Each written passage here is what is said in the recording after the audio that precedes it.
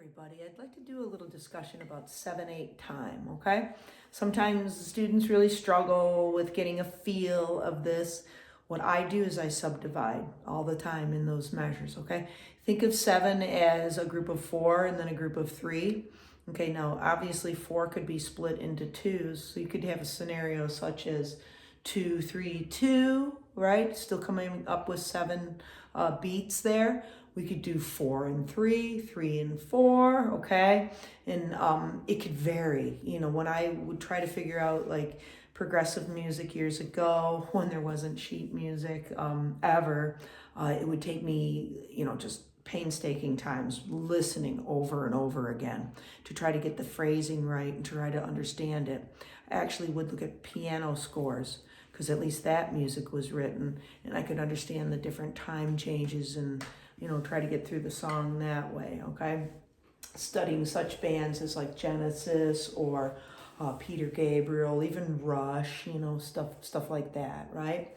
Okay, so 7/8 time, how I start to teach this is just, again, subdivide, and I do a little different system of counting, okay? First part, let's think of it as kind of like a 4/4, half of a measure of 4/4, but then the last part, let's just tag it in and go like 1, 2, 3, okay? So we're gonna be like 1, 2, 1 and 2 and 1, 2, 3, 1 and 2 and 1, 2, 3, 1, 2, 3, 4, 5, 6, 7,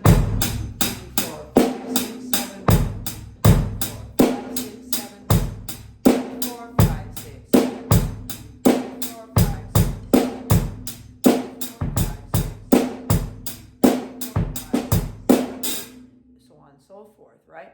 So now try to think of it as that subdivision, and let's put a little beat together, okay? So I'll keep it really basic. 1 and 2 and 1, 2, 3, 1 and 2 and 1, 2, 3, 1, 2, 3, 4, 5, 6, 7, 4, 5, 6, 7, 4, 5, 6, 7.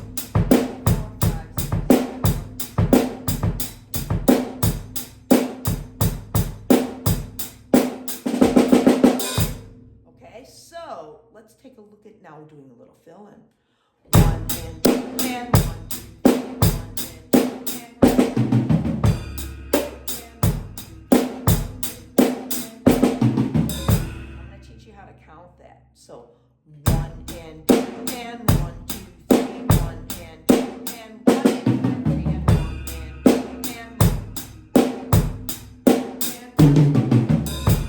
Okay, so when we get to that second half of the measure, I'm just changing it up to 1 and 2 and 3 and, okay? And then that completes that nice 7/8 a whole groove there, okay? With a little fill in with it. So how about, let's do now maybe a little bit more intricate beat. So,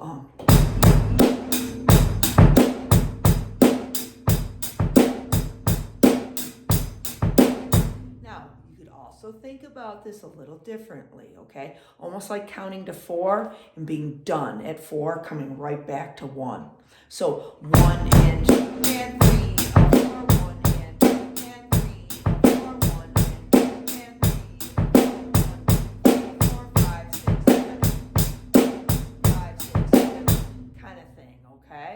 So, you have a bunch of different ways that you can kind of think through this. Make it logical for yourself, and then try to put a song in your head, One that has always kind of worked for me is YYZ by Rush,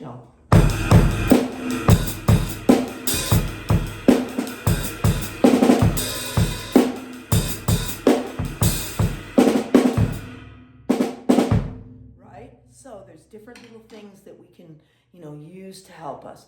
I've read articles in like Modern Drummer about this, like put the song in your head, right? And it's so helpful, especially with odd time signatures, because what'll happen?